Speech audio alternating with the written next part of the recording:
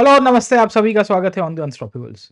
जी हाँ दोस्तों, आप सबको मैं वेलकम करता हूँ इंडिया के लार्जेस्ट रनिंग प्लेटफॉर्म पे। मेरा नाम प्रतीक है और आज हम लोग चर्चा करने वाले हैं क्लासिकल लैंग्वेजेस के बारे में। जी हाँ दोस्तों, आपने अगर पिछले हफ्ते की रिसेंटली करंट अफेयर्स देखी होगी तो आपको ये चीज़ पता होगी कि हमने चार नई नई भाषाओं को, बेसिकली चार भाषाओं को नए रूप में क्लासिकल लैंग्वेज यानी कि हमारी एक सांस्कृतिक भाषा का दर्जा दिया हुआ है। तो आज के क्लास के अंदर हम लोग देखेंगे कि कैसे पाली, कैसे प्राकृत, कैसे बंगाली और मराठी को क्लासिकल लैंग्वेज का दर्जा दिया गया।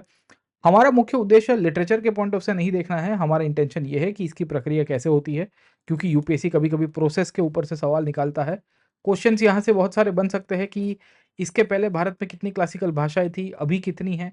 भारत के अंदर एक कांसेप्ट आता है ऑफिशियल लैंग्वेजेस का, हमें ये भी पता होना चाहिए कि how many official languages are there with respect to the Indian constitution.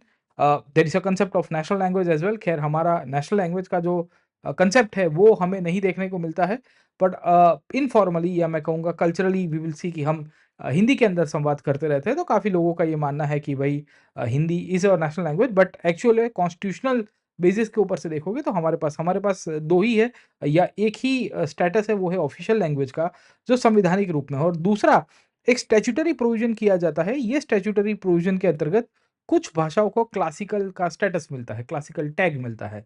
तो आज हम लोग ये देखने की कोशिश करेंगे क्लासिकल टैग कहाँ से मिला है। न्यूज़ कुछ इस तरह से हुआ करते थे कि हमारी कैबिनेट यानी कि प्रधानमंत्री की अध्यक्षता के अंदर जो कैबिनेट मिली, उसने डिसाइड किया कि मराठी, पाली, प्राकृत और असामीज़ और बंगाली टोटल मिला के 5 भाषाओं को, नहीं 4 नहीं, पर 5 भाषाओं को क्लासिकल लैंग्वेज का दर्जा दिया जाता है। और इन 5 भाषाओं को जो क्लासिकल लैंग्वेज का दर्जा दिया गया, तो उसमें ये कहा गया कि भारत की जो क्लासिकल लैंग्वेजेस है, उसने भारत की प्राचीन धरोहर, प्राचीन व्यवस्था, प्राचीन समाज, जो इतिहास है, उन सबको डॉक्यूमेंट करने के लिए बहुत ज़रूरी है। इनफैक्ट ये सब की सब भाषाएँ अगर आप देखोगे, उसमें पाली को अगर आप हाइलाइट कर दो और प्राकृत को कर दो, तो they are as old as almost Sanskrit, okay. तो we will come to know कि जैसे पाली भाषा हमें देखने को मिलती है, प्राकृत भाषा हमें देखने को मिलती है, which were spoken very old, मतलब बुद्धा के समय से या उनके जस्ट पहले के समय से हमारे पास एविडेंसेस है कल्चरली कि भई इन भाषाओं का डेवलपमेंट हो चुका है। तो मुख्यतः 5 भाषाओं को क्लासिकल लैंग्वेज का स्टेटस मिलना, पाली, प्राकृत, मराठी, बंगाली और असामीज़। ये कैसे दिया गया है, इन सब के ऊपर चर्चा करेंगे, ऑफिशियल लैंग्वेज के ऊपर चर्चा करेंगे। हम मेन तो प्रोसेस के ऊपर डिस्कशन करेंगे कि इनमें से क्वेश्चन अगर बन सकता है तो यूपीएससी क्या-क्या निकालेगा, राइट? ओके। तो will be discussing on that part कि क्लासिकल लैंग्वेज का स्टेटस मिलने से फ़ायदा क्या होगा। बाय द वे, अगर आप लोगों ने यूपीएससी, सीएसई के पॉइंट ऑफ से तैयारी कर रहे हो, तो मैंने लैंग्वेज और लिटरेचर के ऊपर एक अलग से सीरीज़ बना के रखी है, आप उसका ज़रूर से फ़ायदा उठाइएगा। ये यूट्यूब के ऊपर ही है, Buddhist literature, Pali literature, Prakrit literature, Jain literature, Sanskrit literature, ये पूरी की पूरी थीम है, यही चैनल के ऊपर आपको प्लेलिस्ट के अंदर मिल जाएगा। प्लीज़ चेक इट आउट क्योंकि उसमें फैक्चुअल डेटा है। आज हम लोग कंसेप्चुअल बेसिस के ऊपर देखेंगे। ये सेशन को शुरू करने से पहले अगर आप यूपीएससी की तैयारी कर रहे हो फुल टाइम, तो मैं आपको वेलकम करूँगा कि आप जुड़िए हमारे साथ ऑन अनअकैडमी। ये आपको एक क्यूआर कोड देखने को मिलेगा, इसको फॉलो कर दीजिएगा। फॉलो बटन आपको यहाँ पे दिख ही रहा होगा। ये बटन या क्यूआर कोड फॉलो करने से अल्टीमेटली आपको मेरे कोर्सेज़ की अपडेट मिलेगी और एक मेरा नया कोर्स आर्ट एंड कल्चर के ऊपर आ रहा है। जी हाँ दोस्तों, 15 तारीख के बाद हम लोग आर्ट एंड कल्चर के ऊपर एक सेशन शुरू कर रहे हैं, तो आप इसका लाभ उठाइए, आपको बहुत ही फ़ायदा होगा ज़रूर से। और कॉम्प्रिहेंसिव कोर्स है, वन स्टॉप सॉल्यूशन है। सब्सक्रिप्शन इसके लिए अवेलेबल है, आपको ये कोड यूज़ करना है पीएन लाइव। जी हाँ दोस्तों, आपकी अनअकैडमी का जो गेटवे होगा वो पीएन लाइव होगा। इंडिया के टॉप एजुकेटर्स आपको यहाँ पे ये क्लासेस करवाएँगे, राइट? ओके। तो history, polity, geography, environment, economy, culture, you will see governance, CSAT, everything. और अभी 24,999 के अंदर आपको कवरेज मिल रहा है, तो ज़रूर से इसका लाभ उठाइए, जहाँ आपको 1 साल का सब्सक्रिप्शन बहुत ही कॉम्प्रिहेंसिव वे के अंदर कवर किया जा रहा है। इसमें जीएस, सीसेट, टेस्ट सीरीज़ सब कुछ होगा और कितनी भी बैचेज़ को आप कितनी भी बार क्लासेस में अटेंड कर सकते हो। आप हिंदी, आप इंग्लिश, आप हिंग्लिश में, हिंग्लिश का मतलब ये है कि अभी जैसे मैं आपको पढ़ा रहा हूँ हिंदी, अंग्रेज़ी दोनों को मिक्स करके, उन दोनों भाषाओं का भी उपयोग करके अल्टीमेटली आप क्लासेस में पार्टिसिपेट करिए और ज़रूर से इसका फ़ायदा उठाइएगा। इसके सिवाय आप आइकॉनिक सब्सक्रिप्शन भी जॉइन कर सकते हो, जहाँ आपको मेंटरशिप मिलती है। उसके लिए भी कोड तो यही यूज़ करना है पीएन लाइव, जिसमें आपको और भी फ़ायदे होंगे, डेडिकेटेड मेंटर होंगे आपको, वी विल सी की पीडीएफ की कॉपीज़ या बुक्स आपको मिल जाएगी। साथों के साथों आप डाउट्स और बाकी सारे और भी कवरेज इसके अंदर कवर होगी, तो ज़रूर से इसका लाभ उठाइए, आपको बहुत फ़ायदा होगा। ख़ैर चलते हैं हम लोग आज के क्लास के मुख्य मुद्दे के ऊपर, जहाँ टॉपिक ये था कि क्लासिकल टैग का दर्जा दिया जाता है मराठी, बंगाली और आसामीज़ को, तो इसका फ़ायदा किस तरह से होगा? तो देखिए इसमें से 2 प्रकार के या 3-4 प्रकार के सवाल निकल के आएँगे दोस्तों। पहला सवाल इसमें से निकल के आएगा वो है क्लासिकल वर्सेस ऑफिशियल लैंग्वेज की कंट्रोवर्सी का। जी हाँ, ये बड़ा फेवरेट टॉपिक है यूपीएससी के पॉइंट ऑफ से कि भई एक है official languages, there is no concept of national language, मैंने आपको पहले भी कहा, राइट? ओके। पर एक है ऑफिशियल यानी कि राजभाषा। ऑफिशियल लैंग्वेजेस कितनी हैं? तो हमारे भारत के संविधान में 22 भाषाएँ हैं, जो मूलतः से ऑफिशियल लैंग्वेज के रूप में हम लोग उनको मान्यता दिए हुए हैं सर, ठीक है? तो भारत की अगर आपने 8वीं अनुसूची देखी होगी 8th शेड्यूल, तो उसके अंदर हमको 22 language have been recognised as a official language, so that's a separate criteria. Basically वो जो 22 भाषा है उनमें कुछ भाषा ऐसी है जो आज की तारीख में हम लोग क्लासिकल लैंग्वेज में भी दर्जा दिया हुआ है सर, ठीक है? तो यूपीएससी उसमें से सवाल पूछ सकता है कि भारत में टोटल क्लासिकल भाषाएँ कितनी हैं? उनमें से कितनी भाषाओं को हमने ऑफिशियल लैंग्वेज का दर्जा दिया है, वो भी आपको पूछा जा सकता है।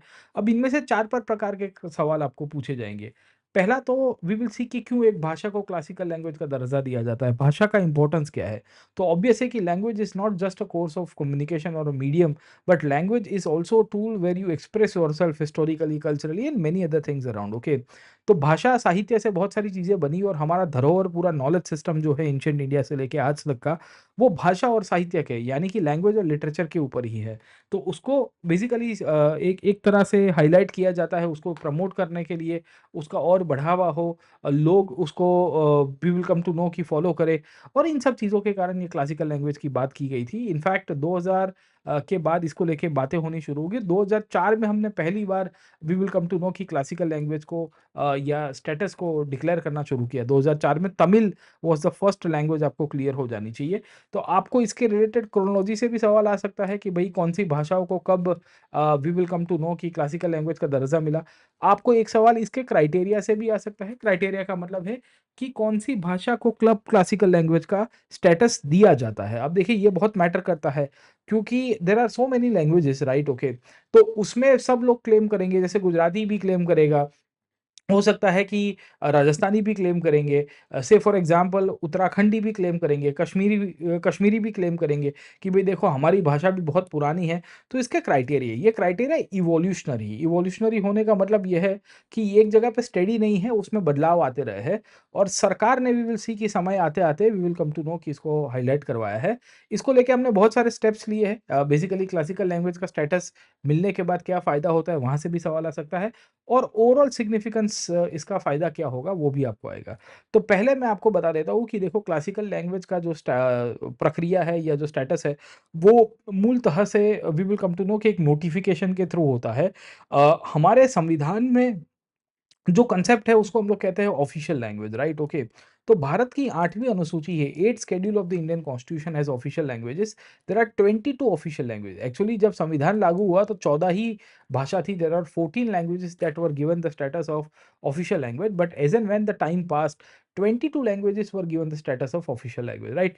Official language are basically like no part of the constitutional framework, and we will come to know कि 2004 तक हमने टोटल 22 भाषाओं को, अभी भी और भी भाषाओं का एडिशन हो रहा है। इसमें से कुछ भाषाएँ क्लासिकल है, जैसे आप तमिल, तेलुगु देख लोगे तो क्लासिकल का दर्जा मिल चुका है। संस्कृत को क्लासिकल का दर्जा मिल चुका है। आसामीज़ और बंगाली को क्लासिकल का दर्जा मिल चुका है। कश्मीरी को मिल चुका है, राइट? और स ठीक है? तो we will come to know कि उसमें आपको मलयालम भी मिल जाएगी। तो 1, 2, 3, 4 5, 6 यहाँ आपको है, और भी पाली प्राकृत आपको मिलेगा। पाली प्राकृत हमारे संविधान में नहीं है, पर उसको क्लासिकल का मिला है। तो आपको यूपीएससी पूछा जा सकता है कि which are the overlapping languages जिनको क्लासिकल का स्टेटस भी मिलता है और ऑफिशियल। अब देखिए ऑफिशियल लैंग्वेज के ऊपर मैं नहीं जाऊँगा, वो कभी आप पॉलिटी के ऊपर डिस्कस करिएगा कि इसका फ़ायदा नुकसान क्या है, कि भाई कौन-सी कोई भी भाषा को राजभाषा का दर्जा मिलता है, तो व्हाट एडवांटेजेस दे गेट। आज हमारा स्टेटस जो मुद्दा है क्लासिकल लैंग्वेज के बेसिस के ऊपर से। अब पहला सवाल यहाँ से आता है कि why a language has been included as a classical language, याद रखना सर, ठीक है? तो मूलतः से रिकॉग्निशन है। देखो कोई भी भाषा को रिकॉग्नाइज़ किया जाता है, जैसे संविधान में आप राजभाषा के रूप में इंक्लूड करोगे तो उसको रिकॉग्निशन मिलेगी। उसके फॉलोअर्स को बड़ा प्राउड होगा, उसको लगेगा, वो भाषा बोलने वाला जो वर्ग होगा, समुदाय होगा, कि भई देखो हमें मान्यता मिल रही है और हमें रिकॉग्निशन दिया जा रहा है by the government of India sir, ठीक है? तो वही कहानी आपको यहाँ से भी मिलती है कि रिकॉग्निशन मिलता है कोई भी भाषा को आप जब, तो ऑब्वियस है कि उनके जो फॉलोअर्स हैं उनको बहुत अच्छा लगेगा, राइट? ओके। अब सवाल ये आता है कि भारत की बहुत सारी भाषा के अंदर बहुत सारा कल्चरल ट्रेडिशन है, बहुत सारा नॉलेज सिस्टम है। तो ये जो नॉलेज सिस्टम है, फिलॉसफी है, वैल्यूज़ है, जो अलग-अलग एग्ज़ाम्पल्स के रूप में, तो भाषा को क्लासिकल लैंग्वेज में दर्जा मिलता है तो उसके ऊपर रिसर्च होता है, उसके ऊपर डेवलपमेंट होता है, उसके ऊपर पुरानी-पुरानी टेक्स्ट को निकालने की कोशिश की जाती है और अल्टीमेटली उसके बेसिस के ऊपर से आज के विज़डम को शेप किया जाता है, राइट? ओके। तो तमिल लिटरेचर में आप देखोगे तो कितनी सारी एंशिएंट मैन्युस्क्रिप्ट्स और स्टोरीज़ हमको मिली है जिसके बेसिस के ऊपर से हम आज कह सकते हैं कि तमिल कितना पुराना है, राइट? ओके।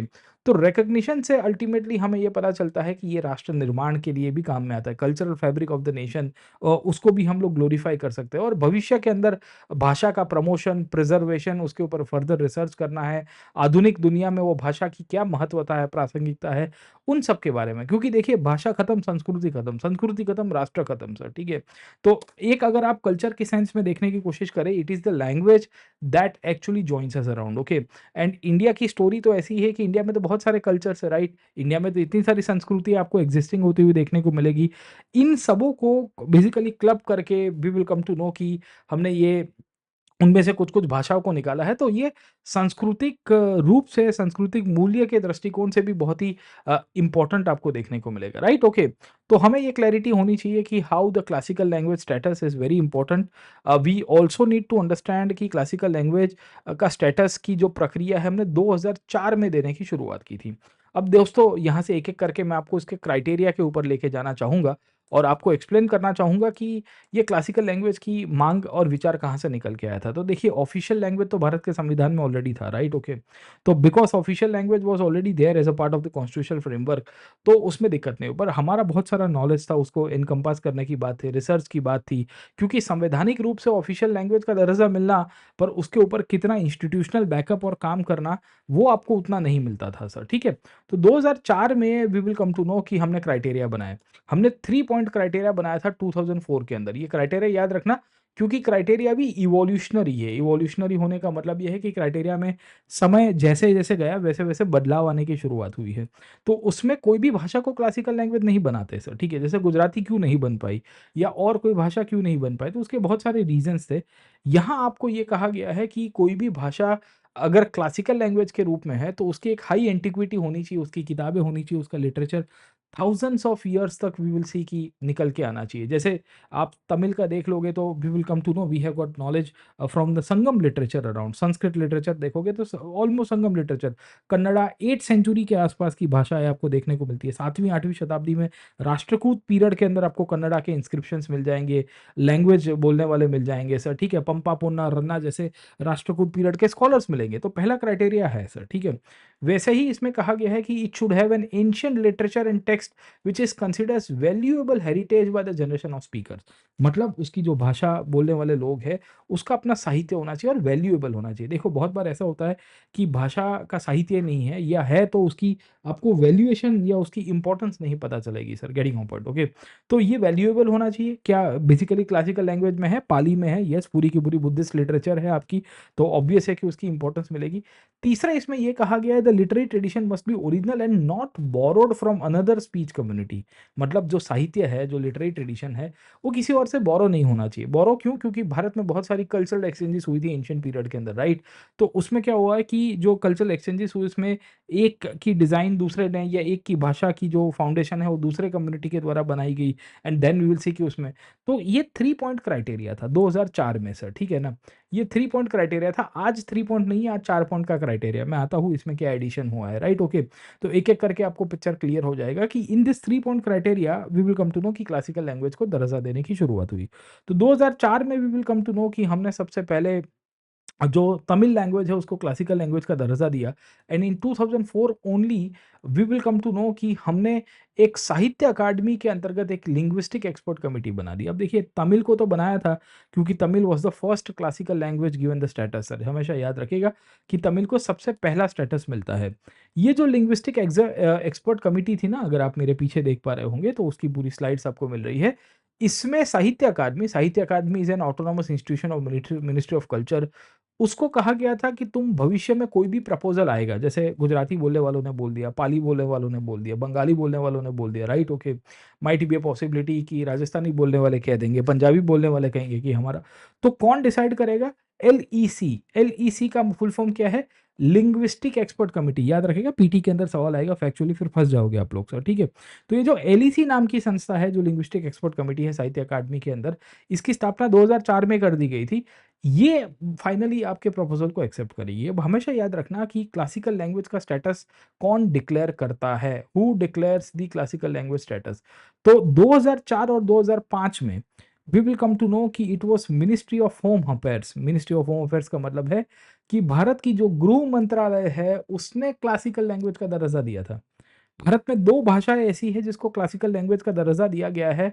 एक 2004 में तमिल और 2005 में Sanskrit, October November 2004 and 2005 both this languages were given the status of classical language by ministry of home affairs. अब आप मुझे कहोगे कि सर आप तो अभी कमिटी की बात कर रहे थे, तो देखो कमिटी पीछे बन गई थी और मिनिस्ट्री ऑफ कल्चर ने 2005 के बाद टेक ओवर किया।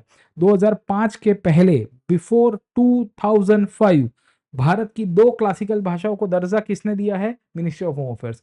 आज जो नोटिफ़िकेशन इश्यू हुआ है कैबिनेट के द्वारा, उसको फाइनली रेटिफ़ाई कौन करेगा? तो we will come to know ministry of culture.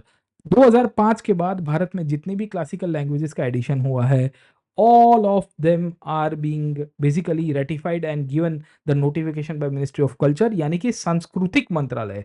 पर 2005 के पहले it was, mark my words, it was the ministry of home affairs. Ministry of home affairs in fact nodal agency है भारत की लैंग्वेजेस को लेके सर, ठीक है? तो कभी आगे डिस्कस करूंगा कि भाई ऑफिशियल लैंग्वेज की या बाकी कोई मुद्दे की कंट्रोवर्सी होती है, तो ये गृह मंत्रालय है जो बेसिकली इसको संभालता है। तो there is a language department as well.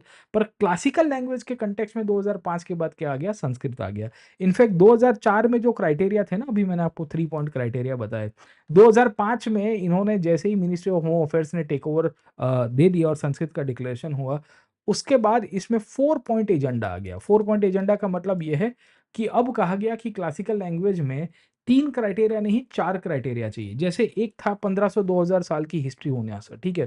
तो पाली लिटरेचर की है, तमिल लिटरेचर की है, संस्कृत की है सर, ठीक है? मलयालम की, इन सब की आपको मिल जाएगी। ऑलमोस्ट हज़ार-हज़ार साल के आसपास की सर, ठीक है? उसकी एंशिएंट लिटरेचर की वैल्यू होना ऑब्वियस है। वो ओरिजिनल होना ऑब्वियस है कि कन्नड़ा लिटरेचर आपको ओरिजिनल मिलेगा। इसमें we will come to know कि एक चौथा क्राइटेरिया भी ऐड किया गया। ये कौन-सा क्राइटेरिया है? आपको साइड में दिख रहा होगा, राइट? ओके। तो क्राइटेरिया है द क्लासिकल लैंग्वेज। देखो ये रहा सर, ठीक है? So this is the criteria, okay. So इसमें लिखा गया है the classical language and the literature being distinct from modern, मतलब उसका साहित्य और उसका भाषा आधुनिक लिटरेचर से अलग होना चाहिए। There should be discontinuity between the classical language and the later offshoots, मतलब जैसे मराठी है, मराठी को अभी क्लासिकल लैंग्वेज का स्टेटस मिला, उसके पीछे का कारण ये है। आज जो मराठी बोली जा रही है, आज जो Marathi we will come to know कि लिटरेचर में ली जा रही है, वो बहुत ही अलग मराठी है, राइट? आप जैसे संस्कृत भी देखोगे तो पहले चेष्ट संस्कृत चलती थी, क्लासिकल संस्कृत चलती थी। आज जो संस्कृत चल रही है बहुत अलग है। आपने रुद्र दामन का रॉक इंस्क्रिप्शन सुना होगा, जो जूनागढ़ के अंदर वी विल सी कि रुद्र दामन जो शक क्षत्रप था उसने इश्यू करवाया था। तो उसकी जो संस्कृत है और चंद्रगुप्त के समय की, यानी कि we will come to know Gupta period के जो राजा है समुद्रगुप्त है की इलाहाबाद प्रशस्ति की संस्कृत है, उसमें आपको जमीन आसमान का अंतर देखने को मिलेगा। क्यों? क्योंकि ये दोनों के दोनों क्लासिकल लैंग्वेज संस्कृत में तो है, पर उसकी ऑफशूट्स के अंदर हमको पता चल रहा है कि वेरिएशन है। तो एक चौथा क्राइटेरिया भी ऐड कर दिया गया, हमेशा याद रखिएगा आज 4 क्राइटेरिया है। इनफैक्ट 2005 में ही क्राइटेरिया बदल दिया, तो 2004 में पहली बार क्राइटेरिया आए, फिर 2005 में एक और क्राइटेरिया आएगा, अभी 2024 में भी ये क्राइटेरिया का मॉडिफिकेशन हुआ है। अब हमें जो क्राइटेरिया है लेटेस्ट वाले याद रखने, पुराने वाले नहीं, पर खाली मैं आपको समझाने के लिए बता रहा था कि क्या-क्या क्राइटेरिया है। इस तरह से 2005 में हमने वी विल सी कि ये संस्कृत को ऐड किया और संस्कृत के साथ-साथ हमने एक एलईसी बनाई। एलईसी क्या है? लिंग्विस्टिक एक्सपर्ट कमिटी, साहित्य अकादमी के अंदर है। ये एक ऑटोनोमस इंस्टीट्यूशन है मिनिस्ट्री ऑफ कल्चर के अंडर में, और 2005 के बाद after the declaration of Sanskrit and Tamil, it was ministry of culture that took over the process of recognition of classical language. हमेशा याद रखना कि ये सांस्कृतिक मंत्रालय के अंदर विषय आ गया है। पहले मिनिस्ट्री ऑफ होम अफेयर्स इसका नोटिफिकेशन इशू करता था और उनके द्वारा we will come to know कि अब रिकॉग्निशन दिया गया। तो 2005 के बाद 2008, 9, 10 तक आते-आते वी विल सी कि नई भाषाओं को भी क्लासिकल का दर्जा मिला। अब क्या सीक्वेंस याद रखना है, तो मान्यवर क्रोनोलॉजी समझिएगा। मिनिस्ट्री ऑफ कल्चर ने 2005 ऑनवर्ड से उनको जैसे-जैसे वी विल सी कि प्रपोज़ल्स दिए गए, उनको जिस तरह से अलग-अलग प्रकार की इन्फॉर्मेशन आती गई और उन्होंने वेटिंग किया, उसके ऊपर रिसर्च किया, तो finally they started recognition. In 2008 Kannada and Telugu were recognised, okay. Kannada आपको राष्ट्रकूट पीरियड से मिलती है और तेलुगु मोस्ट प्रोबब्ली काकटियाओं के समय तक आपको उभरती होते हुए मिल जाएगी। तकरीबन 12th 11th 12th सेंचुरी के पास हमारे पास एविडेंसेस है। मलयालम भी आपको 10th 11th सेंचुरी के आसपास आपको उभरती हुई मिलेगी। मणिप्रवलम करके एक भाषा बोली जाती थी। It was a mixture of Sanskrit and the local dialect. Manipravalam से ही मलयालम बन के आया है केरला के अंदर और मलयालम जो है वो 2013 में आया और उड़िया जो है वो 2014 में आया। मतलब आप देखिए in 2004 only it was Tamil, right और रॉन्ग सर, ठीक है। In 2005 then the Sanskrit language was added, right, okay. Then Telugu and Kannada मतलब 4, मलयालम 5वीं और उड़िया 6ठी भाषा हुई है। इस तरह से सीक्वेंस याद रखना। आज टोटल 11 भाषाएँ हैं जिनको क्लासिकल लैंग्वेज का दर्जा मिला है, पर उस टाइम पे 6 भाषाएँ आपको मिलेगी, राइट, ओके। तो वी विल सी कि फ्रॉम 2014 सरकार ने इसके ऊपर काम करने शुरू किए, यूनिवर्सिटीज़ बनाई, इनफैक्ट संस्कृत को प्रमोट करने के लिए संस्कृत भाषा के लिए एक सेंट्रल यूनिवर्सिटी बनाई गई है। Central university are statutory institution जो पार्लियामेंट के द्वारा कानून पास करके बनाई जाता है और उसमें भी अल्टीमेटली क्लासिकल लैंग्वेज को ग्रोथ मिले संस्कृत जैसी भाषाओं को, उसके लिए काम किए गए। संस्कृत छोड़ दीजिए, हमारी भारत की जो एग्जिस्टिंग सेंटर्स है, उनके अंदर सेंटर ऑफ एक्सीलेंस खोले गए। ये क्यों खोले गए? क्योंकि कोई भी भाषा को जब क्लासिकल लैंग्वेज का दर्जा मिलता है, तो सेंटर ऑफ एक्सीलेंस रिसर्च खोलने के लिए बनाए जाते हैं। उसमें तमिल है, कन्नड़ा है, मलयालम है, इन सब के अंदर वी विल सी की डेवलपमेंट होने की शुरुआत होती है। तो एक संस्था है जिसका नाम है central institute of Indian languages Mysore के अंदर या मैसूरू में आपको मिलती रहेगी। इंटरेस्टिंगली कोई भी भाषा को क्लासिकल लैंग्वेज का दर्जा मिलता है ना, तो भारत की जो अवार्ड्स है उसके अंदर भी उसमें इंक्लूड किया जाता है। अब देखिए अवार्ड कौन देता है? अवार्ड देता है आपका मिनिस्ट्री ऑफ एजुकेशन सर, ठीक है ना, समझे? तो ये अलग से फैक्ट है। देखो इनिशियली क्लासिकल लैंग्वेज का दर्जा किसने माना था? होम मिनिस्ट्री ने आइडेंटिफाई किया कि हम आपको रिकॉग्नाइज़ करेंगे, राइट? फिर मिनिस्ट्री ऑफ कल्चर उसको आगे चलाता है। अगर कोई भाषा को क्लासिकल लैंग्वेज का स्टेटस मिला तो ऑब्वियस है कि उसको लेके अवार्ड मिलेंगे, एक रिसर्च चेयर बन जाएगी, इंस्टीट्यूशंस में उसको पैट्रोनेज मिलेगा और क्लासिकल लैंग्वेज को लेके एक अलग से नेशनल अवार्ड शुरू किए गए। इंटरेस्टिंगली ये अवार्ड जो है ये मिनिस्ट्री ऑफ एजुकेशन के अंदर में आते हैं सर, ठीक है? तो बड़ा बड़ा वो है ना, क्या कह सकते हैं कि कन्फ्यूज़िंग है, पर हमें ये याद रखनी चाहिए कि जो भी भाषा को क्लासिकल लैंग्वेज का दर्जा मिलता है उनके लिए एक अवार्ड डिक्लेयर होता है, उनके लिए यूनिवर्सिटी में रिसर्च चेयर रखी जाती है जिनके लिए अलग से फंडिंग आपको मिलती रहती है, डेडिकेटेड सेंटर्स बनाए जाते हैं, तो फ़ायदा बहुत है। तो 2014 तक आते-आते भारत में 6 भाषाओं को क्लासिकल लैंग्वेज का दर्जा मिला। इनफैक्ट ये जो एलईसी नाम की संस्था है ना, मैंने अभी आपको थोड़ी देर पहले बताया, लिंग्विस्टिक एक्सपर्ट कमिटी, इनको फिर क्या कह सकते हैं, मराठी को लेके, पाली को लेके, प्राकृत को लेके और भी भाषाओं की रिकमेंडेशन आई। इनके ऊपर फिर रिसर्च हुआ, डिबेट्स हुई, ओपिनियंस ली गई और finally in the year 2024 we will see कि न्यू क्राइटेरियाज़ वर एडेड और कहा गया कि चलो हम क्राइटेरिया को थोड़ा और मॉडिफाई करते हैं, रिवाइव करते हैं और उसके बाद नई भाषाओं को ऐड करेंगे। अब देखिए क्राइटेरिया कौन से? तो एक था 1500-2000 साल का तुम्हारे पास रिकॉर्डिंग हिस्ट्री होना चाहिए, वो तो था ही सर, ठीक है? वो पहले से चला आ रहा है। आपके पास we will come to know कि एक एंशिएंट लिटरेचर टेक्स्ट होनी चाहिए जो जनरेशन ऑफ स्पीकर्स के द्वारा बोली होनी चाहिए। ये भी ऑलमोस्ट पुराने क्राइटेरिया के इक्विवेलेंट ही था। इनफैक्ट इसमें एक क्राइटेरिया ये भी था कि क्लासिकल लैंग्वेज और लिटरेचर जो है, वो आधुनिक भाषा के साथ वो मेल नहीं खाना चाहिए सर, है ना? वो एक अलग से डिस्टिंक्ट आइडेंटिटी, जैसे संस्कृत की ओरिजिनल संस्कृत अलग है और आज का संस्कृत थोड़ा अलग है, तो उसकी एक डिस्टिंक्ट आइडेंटिटी, इसके लिए उसको क्लासिकल भी कहा गया है। तो ये भी पहले से था।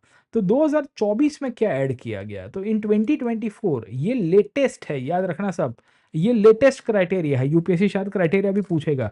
इसमें कहा गया knowledge text prose in addition to poetry, epigraphy and inscriptional evidences अगर कोई भी भाषा में है, यानी कि इंस्क्रिप्शन है, कोई भी भाषा में शिलालेख है, ताम्रपत्र है, आपके पास कोई लैंड ग्रांट का रिकॉर्ड है, आपके पास we will come to know कि कोई नॉलेज की टेक्स्ट है, उन सबको इंक्लूड करके भी हम क्लासिकल लैंग्वेज का दर्जा देंगे। That is one of the reason Bengali उतनी पुरानी भाषा नहीं है, आसामीज़ उतनी पुरानी भाषा नहीं है, मराठी आप देखोगे तो ऑलमोस्ट महाराष्ट्री प्राकृत में से निकल के आई है और महाराष्ट्र में जो भक्ति मूवमेंट हुआ था, खास करके आप देखोगे नामदेव है, एकनाथ है, तुकाराम है, उनके समय पे वी विल सी कि मराठी भाषा मतलब 12th सेंचुरी के बाद पॉपुलराइज़ होना शुरू हुई।